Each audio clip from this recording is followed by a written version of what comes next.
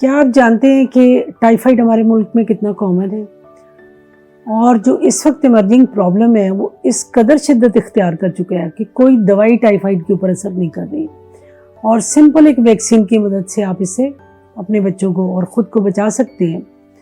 तो आज मैं डिटेल में आपको इस वीडियो में टाइफाइड के बारे में बताऊंगी कि टाइफाइड है क्या, इसके इलामात क्या हैं, इससे प्रिवेंशन का क्या तरीका है और इससे प्रिवेंट ना करने से क्या क्या नुकसानात हो सकते हैं और जान को कैसे ख़तरा लाहक हो सकता है।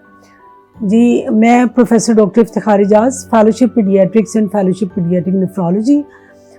टाइफाइड हमारे मुल्क का बहुत बड़ा मसला है और ओवर द डेकेड्स इस मसले में कमी आने के बजाय ये बढ़ता चला जा रहा है। या मैं ये बताना आपको ज़रूरी समझूंगी कि टाइफाइड कितनी आम इन्फेक्शन है। आप इससे अंदाज़ा कीजिए कि दुनिया में हर साल तकरीबन 22 लाख लोगों को टाइफाइड होता है और 2 लाख से ऊपर बच्चे या बड़े लुकमाए अजल बन जाते हैं। और ये सारा इन्फेक्शन पूरी दुनिया में तो मोर देन 200 कंट्रीज़ हैं, लेकिन 90% ये प्रॉब्लम हमारे जैसे मुल्कों में होता है। अभी जो रिसेंटली एक बहुत बड़ा प्रॉब्लम इमर्ज हो गया पाकिस्तान के अंदर, वो क्या है? मल्टी ड्रग रेजिस्टेंस और एक्सटेंडेड ड्रग रेजिस्टेंस। अब इसका बैकग्राउंड मैं आपको बताती चली जाऊं कि आज से अगर आप कोई 3-4 डेकेड्स या दहाइयाँ पीछे देखिए तो आम दवाइयाँ या एंटीबायोटिक्स जैसे कि एम्पिसिलिन, जैसे कि सेप्ट्रॉन, क्लोरामफेनिकोल, इनसे बहुत अच्छे तरीके से टाइफाइड का इलाज किया जा सकता था।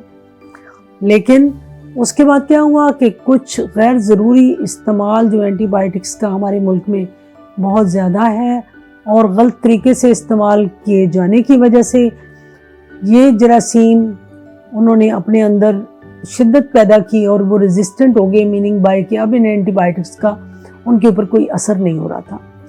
जब ऐसा हुआ तो फिर और दवाइयाँ मार्केट में आई जिनको 3rd जनरेशन सेफलोस्पोरिन कहा जाता है और वो एक बड़ी होप थी और ख़ास तौर पे 90s के अंदर इनका बहुत ट्रेंड आया और लोग इसको इस्तेमाल करना शुरू हो गए और टाइफाइड अच्छे तरीके से ट्रीट होना शुरू हो गया। फिर क्योंकि उसका भी बहुत ज़्यादा इनजुडिशियस यूज़ सारी एंटीबायोटिक्स का हमारे यहाँ है, क्योंकि कोई रेगुलेशंस ख़ास है नहीं और क्वैकरी बहुत है। डॉक्टर्स के अलावा भी इवन जो अनपढ़ लोग हैं, जो डिस्पेंसर हैं या इवन वो जिनका मेडिकल फील्ड के साथ कोई एजुकेशन या ताल्लुक़ नहीं भी है, वो भी ट्रीट कर रहे होते हैं।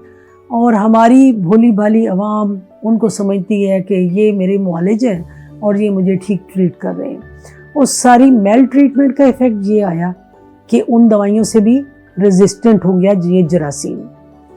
फिर क्या हुआ कि फ्लोरोक्विनोलोन्स, जैसे आप में से शायद अक्सर ने कभी सिप्रोफ्लॉक्सासिन, लिवोफ्लॉक्सासिन इस तरह की दवाइयाँ इस्तेमाल की हो, तो ये एक स्ट्रॉन्ग किस्म की एंटीबायोटिक है। ये इस्तेमाल में आ गई और इसके खासे अच्छे रिजल्ट्स आना शुरू हुए। फिर हुआ ये कि इससे भी रेजिस्टेंस जनरेट होगी क्योंकि गैर ज़रूरी इस्तेमाल बहुत था। तो अब जनाब सूरत हाल ये है कि तकरीबन हर चीज़ को टाइफाइड की जरासीम रेजिस्टेंट है और किसी को अगर टाइफाइड हो जाता है तो उसके लिए आलमोस्ट सारी दवाइयाँ नाकारा हैं।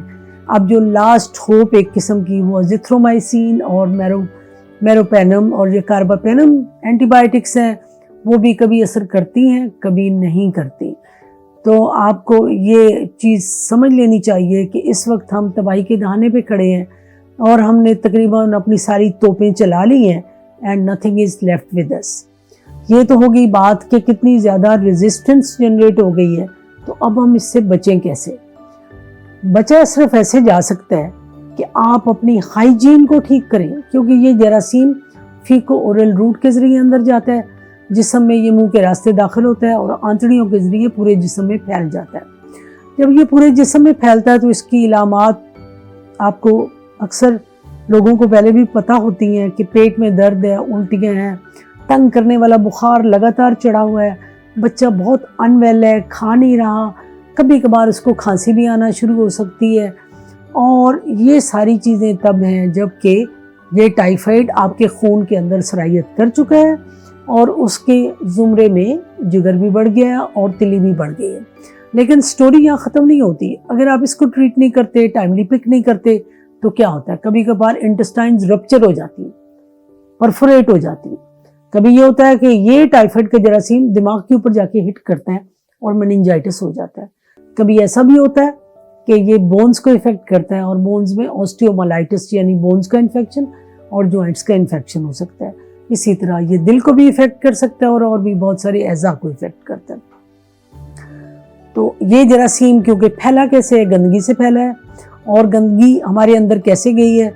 پانی جو بوائلڈ نہیں تھا وہ استعمال کیا، ہینڈ واشنگ کی ٹیکنیک نہیں یوز کی گئی، کھانا صاف نہیں تھا، کانٹامینیٹڈ تھا، اس کے اوپر کوئی گندگی لگ گئی، یا پھر آپ کوئی ویجیٹیبلز یا فروٹس ایسے لائے جس کے اوپر جو ہیومن ایکسکریٹا یا گندگی لگی ہوئی تھی اور آپ نے اس کو اچھی طرح سے واش نہیں کیا، اس کے ذریعے بھی یہ جا سکتا ہے.